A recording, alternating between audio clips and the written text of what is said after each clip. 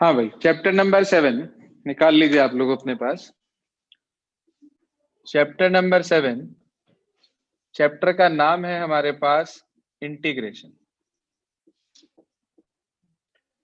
Integration actual में reverse process है differentiation की, जो कि दो पार्ट्स में टूटा हुआ है। एक तो इंडेफिनेट इंटीग्रल्स और एक डेफिनेट इंटीग्रल्स। फॉर्मूले आप लोगों के पास लिखे हुए हैं। देखो, एक्चुअली इंटीग्रेशन क्या है? It is the reverse process of differentiation. कहने का मतलब ये हुआ कि अगर आपके पास कोई फंक्शन है और उसका डिफरेंशिएशन आपके पास मौजूद है, मान लीजिए आपके पास एक फंक्शन है x, अगर हम इसका डिफरेंशिएशन करते हैं डी बाई डी एक्स, तो वो हमारे पास आता है कितना? 1। और अगर हम इस 1 को इंटीग्रेट करें तो हमें वापस से फंक्शन क्या मिल जाता है? x। तो इसका मतलब ये हुआ कि इंटीग्रेशन एक्चुअल में क्या है? It is the reverse process of differentiation. अब हमें अगर सपोज करिए, सबसे पहला पार्ट हमारे पास है इसके अंदर इनडेफिनेट इंटीग्रल, तो जितना भी है लॉजिक सारा का सारा वो इसके फॉर्मूलों के अंदर है। तो अगर आपको फॉर्मूले याद है तो आप इजीली क्वेश्चन को कर सकते हैं, नहीं तो क्वेश्चंस नहीं होंगे। जैसे कि सारा कुछ डिफरेंशिएशन का फॉर्मूलों पर डिपेंड करता है, बिल्कुल ऐसे ही हमारे पास इंटीग्रेशन के अंदर भी सब कुछ फॉर्मूलों पर डिपेंड करता है। तो सबसे पहले हम बात करते हैं इंडेफिनेट इंटीग्रल्स की, और उसके अंदर भी बेसिकली उसके फॉर्मूले। सबसे पहला फॉर्मूला जो हमारे पास आता है इंटीग्रेशन के अंदर, वो है इंटीग्रेशन ऑफ हमारे पास 1 इंटू डी एक्स, या कह लो a इंटू डी एक्स ले लेते हैं हम। अगर a का आपको इंटीग्रेशन करना है तो आप a बाहर ले लेंगे, इंटीग्रल ऑफ 1 dx रह जाएगा। अभी आपको बताया था कि 1 का डिफरेंशिएशन, x का डिफरेंशिएशन 1, तो 1 का इंटीग्रेशन वापस क्या होगा? x। तो यानी कि ये आपके पास आ जाएगा ax प्लस c। अब मेन पॉइंट ये है कि ये c क्या है? ये c कहलाता है हमारे पास इंटीग्रल कांस्टेंट। हाँ बच्चे, क्या कहलाता है ये? Integral constant. अब मुद्दा यह है कि ये इंटीग्रल कांस्टेंट क्यों लगाया जाता है, क्या फंडामेंटल है?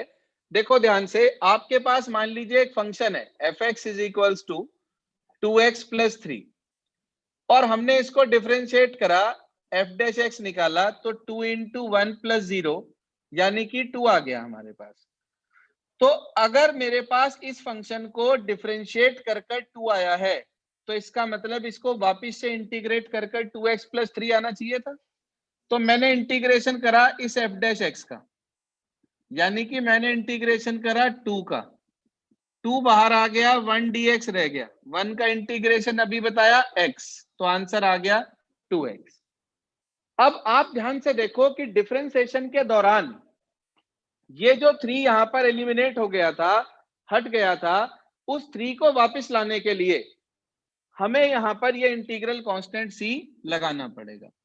तो ये जो इंटीग्रल कांस्टेंट c हमारे पास है, ये उन सभी कांस्टेंट्स को कवर करेगा जो डिफरेंशिएशन के दौरान एलिमिनेट हो गए होंगे। तो ये आपको इंटीग्रल कांस्टेंट लगाना जरूरी है हर इनडेफिनेट इंटीग्रल के अंदर। इसके बाद हम आगे चलते हैं इसके फॉर्मूले। ये तो फंडामेंटल हुआ कि हम क्यों लगाते हैं इंटीग्रल कांस्टेंट। इसके बाद आगे चलते हैं नंबर सेकंड, आपके पास आ जाता है इंटीग्रल ऑफ x की power n into d x. तो फॉर्मूला आपके पास है इसके अंदर x की power n plus 1 upon n plus 1 plus सी।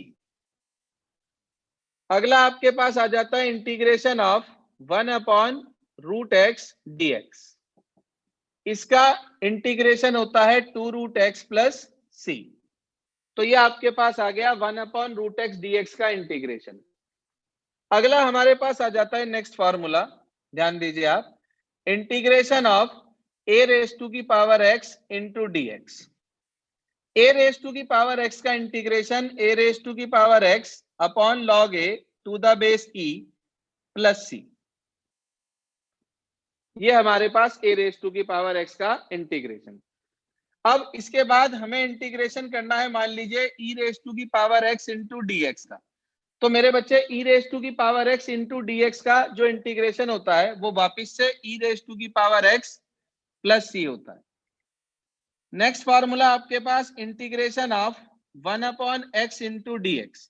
जो आपने ये फार्मूला पढ़ा था यहाँ पर अभी x की पावर n वाला ये फार्मूला, इसके अंदर ध्यान रखना कि n नॉट इक्वल टू -1 होना चाहिए, क्योंकि अगर n -1 होगा तो -1 + 1 डिनोमिनेटर 0 हो जाएगा। तो उस चीज से बचने के लिए n -1 नहीं होना चाहिए। तो अगर n -1 होगा तो फार्मूला ये वाला बनेगा 1/x। डिफरेंशिएशन में 1/x किसका डिफरेंशिएशन होता था? log x का। तो log x का डिफरेंशिएशन 1/x, तो 1/x का इंटीग्रेशन log x, यानी कि log mod x plus c। इसके बाद आपके पास आ जाता है next integration of sin x dx। हाँ भाई, sin x किसका डिफरेंशिएशन हुआ करता था हमारे पास? cos x का। cos x का माइनस sin x होता था, तो इसी तरीके से sin x का हमारे पास minus cos x plus c हो जाएगा। नेक्स्ट आपके पास integration of cos x into dx। हाँ भाई, cos x का integration sin x plus c हो जाएगा आपके पास। इंटीग्रेशन ऑफ हमारे पास sec स्क्वायर x, तो वो होगा 10x plus c। Integration of cosec square x dx, ये हो जाएगा, देखो sec स्क्वायर x का 10x plus c। cosec square x किसका डिफरेंशिएशन होता था? cot x का माइनस cosec स्क्वायर x हमारे पास डिफरेंशिएशन होता था। तो अगर मैं cosec स्क्वायर x की बात करता हूं तो वो मेरे पास आएगा माइनस के cot x प्लस c। इसके साथ साथ next formula integration of sec x 10x into dx, तो वो आपके पास होगा sec x plus c। Integration of cosec x cot x dx, तो वो आपके पास आएगा minus cosec x plus c। इसके बाद आपके पास आ गया इंटीग्रेशन ऑफ, भाई हमारे पास sin cos tan cosec sec cot सारे आ गए। तो इसके बाद अगर आपके पास इंटीग्रेशन हम देखें 10x का, तो 10x का इंटीग्रेशन हमारे पास होता है minus log mod cos x plus c, या फिर हम इसको log mod sec x plus c भी कह सकते हैं। तो ये आपके पास हुआ 10x का इंटीग्रेशन। इसके बाद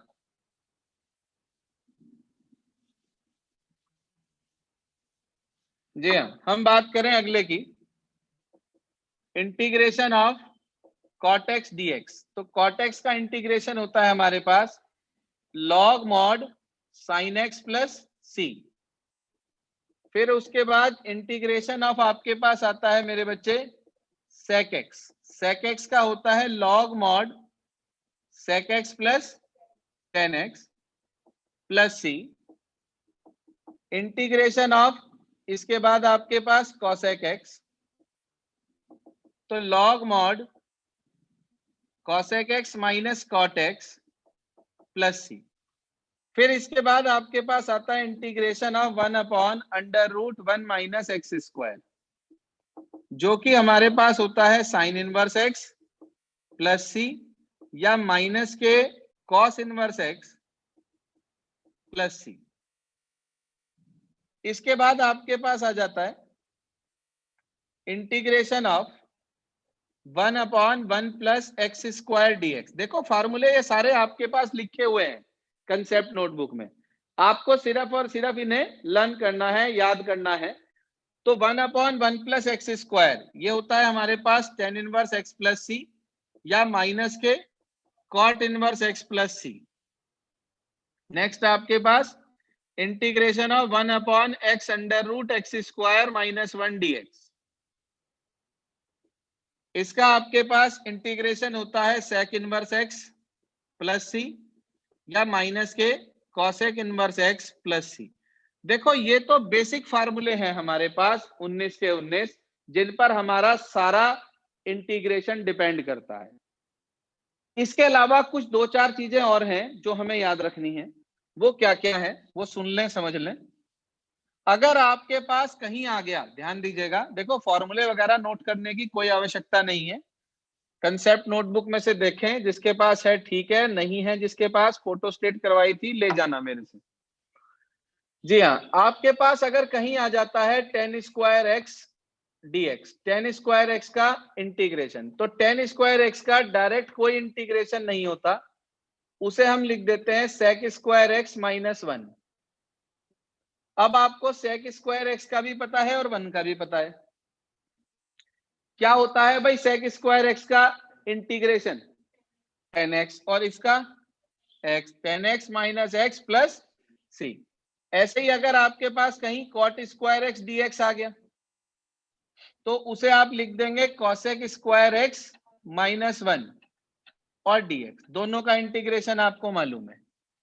उसके बाद integration of sin square x dx, 1 minus cos 2x upon 2। cos square नहीं है, ये cos 2x है, स्क्वायर होता तो फिर वही परेशानी आती कि इंटीग्रेशन कैसे करें। तो आपके पास अगला आ जाता है इसके बाद cos स्क्वायर एक्स dx, उसका इंटीग्रेशन करने के लिए उसे 1 plus cos 2x upon 2 dx लिख देते हैं, और फिर अलग अलग 2 को बाहर ले लें, इन दोनों का अलग अलग आपको इंटीग्रेशन पता है। अब मुद्दा यह है कि cos 2x का इंटीग्रेशन कैसे होगा। भाई आप लोगों ने सीखा है cos x का इंटीग्रेशन, cos x का इंटीग्रेशन हमारे पास होता है sin x, लेकिन ये cos 2x है, तो जब भी कभी वेरिएबल के साथ उसका कोई कॉफिशिएंट आ जाए तो उससे इंटीग्रेशन में डिवाइड कर देते हैं। यानी कि cos 2x का अगर इंटीग्रेशन आप करेंगे तो वो आपके पास होगा sin 2x अपॉन 2, अपॉन में 2 और आ जाएगा हमारे पास। तो ये आपके पास 4 बेसिक फार्मूले हैं, जो कि कभी भी आपके पास tan स्क्वायर एक्स आ जाए, cot स्क्वायर एक्स आ जाए, sin स्क्वायर एक्स आ जाए या cos स्क्वायर एक्स आ जाए, तो आप इस तरीके से उसको इंटीग्रेट कर देंगे। ये तो हुआ हमारे पास वो बेसिक जिसकी हमें जरूरत पड़ेगी पूरे इंटीग्रेशन के अंदर। एक मैं अभी आपको कंसेप्ट बता रहा था ये वाला, मान लीजिए आपके पास आ गया इंटीग्रेशन ऑफ e की पावर 2x dx। अब मुझे e की पावर 2x को इंटीग्रेट करना है, तो e की पावर 2x का अगर इंटीग्रेशन करा जाएगा तो वो आपके पास बैठेगा e की पावर 2x, जी हाँ, e की पावर 2x अपॉन 2, e की पावर 2x अपॉन 2 प्लस सी। जहां भी कहीं आपके पास सिंगल ये लीनियर वेरिएबल के साथ कोई भी कोफिशिएंट आएगा, आप उससे उसको उठा के डिवाइड कर देंगे। ये फंडामेंटल हमारे पास है इसके अंदर। अब इसके बाद ये तो हुई बात सिंपल इंटीग्रेशन, जिस पर आपकी 7.1 बेस्ड है।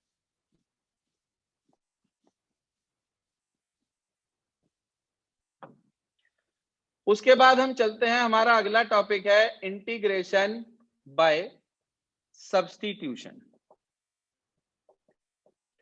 ये जो आपने अभी अभी पढ़ा कि इंटीग्रेशन ऑफ tan x पढ़ाया मैंने आपको, या इंटीग्रेशन ऑफ cot x पढ़ाया मैंने आपको, तो ये जो फॉर्मूले हैं ये बेसिकली सब्स्टिट्यूशन के मेथड से ही निकल के आते हैं। कैसे, क्या तरीका है?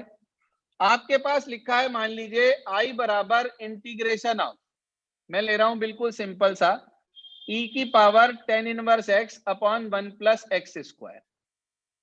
क्या फंडामेंटल हमें सोचना होता है, क्या चीज हमें दिमाग में रखनी होती है जब हम कभी सब्स्टिट्यूशन लगाते हैं?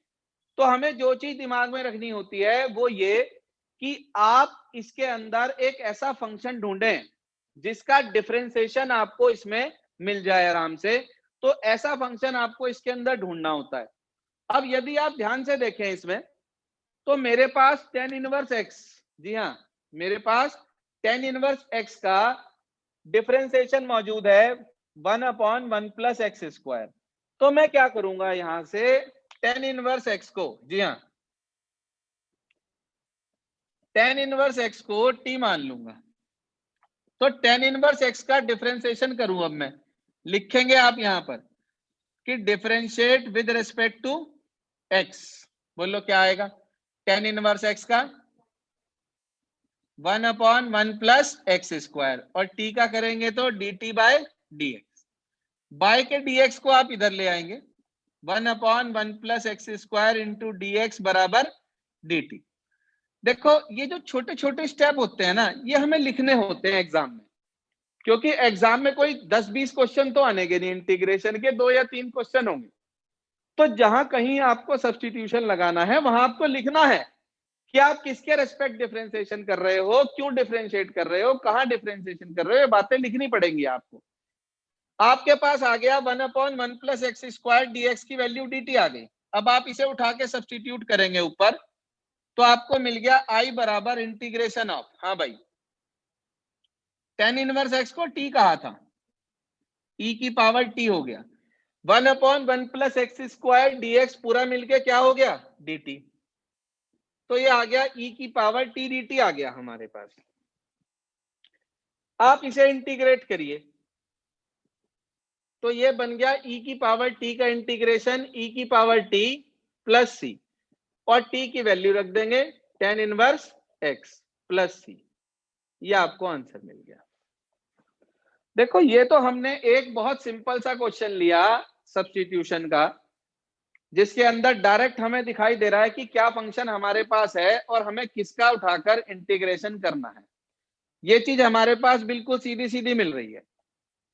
अब अगर कोई कॉम्प्लिकेटेड सा क्वेश्चन आ जाए, देखो कई बार ऐसा होता है कि इंटीग्रेशन करने के बाद डेफिनेट इंटीग्रेशन के अंदर कई बार आंसर मैच करते हैं और कई बार आंसर मैच नहीं करते हैं। क्यों नहीं करते? क्योंकि इनडेफिनेट इंटीग्रल में एक से ज्यादा आंसर हो सकता है, लेकिन डेफिनेट इंटीग्रल में एक ही आंसर होता है। जैसे आप एक्सरसाइज नंबर 7.2 का 5वां क्वेश्चन देखो एक मिनट के लिए। 5th क्वेश्चन ऑफ 7.2 लिखा है I बराबर integration of sine ax plus B into cos ax plus B into dx।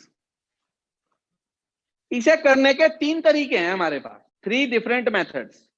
अगर मैं साइन ax प्लस बी को t मान लूं तो मेरे पास उसका डिफरेंशिएशन पड़ा है, तो मेरा आंसर साइन की टर्म्स में आएगा। अगर मान लीजिए मैं cos ax प्लस बी को t मान लूं तो मेरे पास उसका डिफरेंशिएशन ये और ये मेरे पास पड़ा है, तो आंसर cos की टर्म्स में आएगा। लेकिन कमाल की बात यह है कि दोनों ही आंसर बुक से मैच नहीं करेंगे, चाहे आप करके देख लो। तो बुक में क्या आंसर है? बुक में जो कर रखा है तरीका वो ये कर रखा है, 2 से डिवाइड कर दिया बाहर और 2 से मल्टीप्लाई कर दी।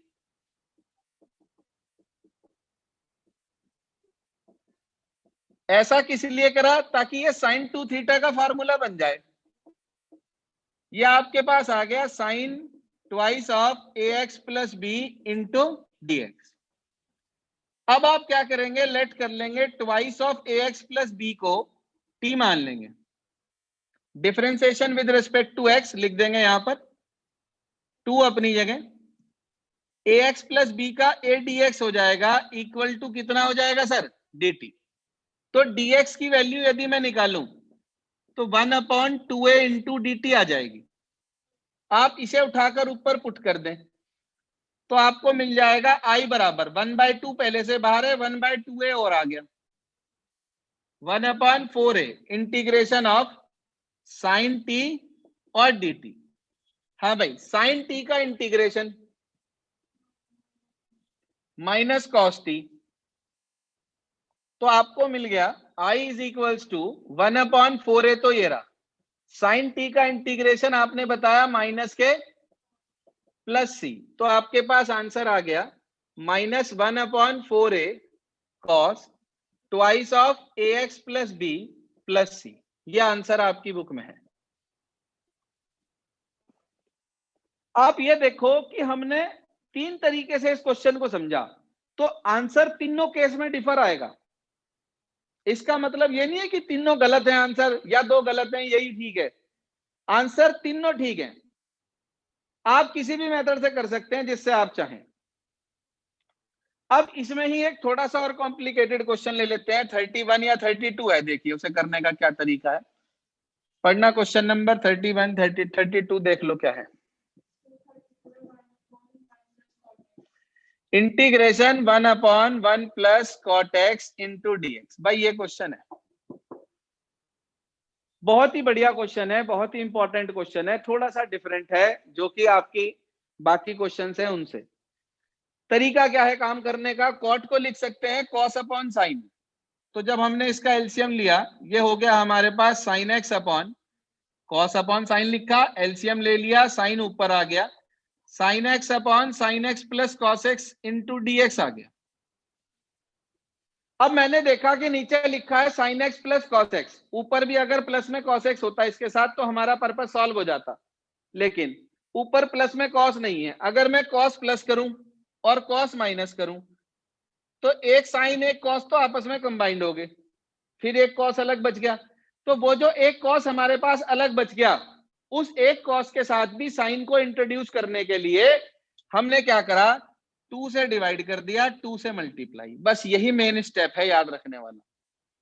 ये आ गया half of integration, 2 sine x को लिख दिया तोड़ के sine x plus sine x, upon में लिखा है मेरे पास sine x plus cos x, ऊपर क्या करा कॉस एक्स प्लस कर दिया, कॉस एक्स को माइनस कर दिया।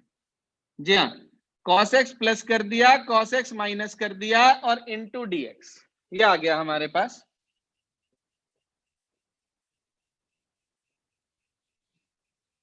जी, अब इसमें से एक तो वो बना लो जो नीचे लिखा है, ये आ गया आपके पास half of integration sine x plus cos x upon sine x plus cos x, फिर प्लस, बाकी जो बच गया उसे इकट्ठा करके लिख दो, sine x minus cos x upon sine x plus cos x into d x, ये लिखा है भाई हमारे पास। अब आप ध्यान से देखो तो पहले वाले टर्म के अंदर sine x plus cos x से sine x plus cos x cancel हो रहा है, आप sine x plus cos x से sine x plus cos x काट दीजिए, 1 रह गया। अब आपको इसका भी इंटीग्रेशन मालूम है और इसके अंदर हम नीचे वाले को टी मान लेंगे, ऊपर वाला इसका डिफरेंशिएशन हो जाएगा। कुछ बच्चे कहते हैं सर ऊपर तो cos x minus sine x आएगा, जबकि यहाँ sign x minus cos x है, तो माइनस कॉमन ले लो पहले आप, वो माइनस बाहर आ जाएगा और इसको इंटीग्रेट कर देंगे और आपको आंसर मिल जाएगा। तो ये आपके पास बेसिक फंडामेंटल है इंटीग्रेशन का और इंटीग्रेशन बाय सब्स्टिट्यूशन, जिस बिहाफ पर आज आपको होमवर्क में एक्सरसाइज नंबर 7.1 करनी है पूरी और 7.2 करनी है। एक आप लोग इससे अलग और क्या करेंगे वो भी सुन लें ध्यान से। अब तक जो 2 चैप्टर आपने करे हैं, आप उन दोनों चैप्टर्स के जितने भी आपके काम वर्क पेंडिंग है उसे इस संडे तक पूरा कर लो। इस संडे हम टेस्ट नहीं लेंगे, इस संडे हम पहले 2 घंटे आपको बुलाकर आपकी जितनी भी प्रॉब्लम डिफरेंशिएशन की, एप्लीकेशन ऑफ डेरिवेटिव की रहती है वो समझाएंगे सिर्फ, और आपकी नोटबुक चेक करेंगे, आप अपना वर्क कंप्लीट कर लें और यहां से काम ना छोड़ें बिल्कुल भी। कोई भी लापरवाही ना करे, कोई भी स्टूडेंट, चाहे वो मुझे बाद में रिकॉर्डेड क्लास में सुन रहे हैं, चाहे यहाँ ऑफलाइन बैठे हैं, चाहे ऑनलाइन कनेक्ट है या कुछ भी है, क्योंकि अब लापरवाही करी तो उसके लिए रिजल्ट बहुत बुरा हो जाएगा आपका। अपना वर्क कंप्लीट कर लें और संडे तक उसे कंप्लीट करके अपना काम अप टू डेट कर लें। जो भी आपकी प्रॉब्लम है डिफरेंशिएशन की, एप्लीकेशन ऑफ डेरिवेटिव की, या जो भी आपकी उस पीडीएफ की प्रॉब्लम है जो मैंने एक चैप्टर 5 की डाली थी, वो सब आप कंप्लीट कर लें, संडे को हम उसके डाउट ले लेंगे। ये आपका आज का होमवर्क हो गया, एक्सरसाइज नंबर 7.1 और 7.2। जी हाँ, विद एग्जाम्पल ही करनी होती है एक्सरसाइज हमेशा। बस आज के लिए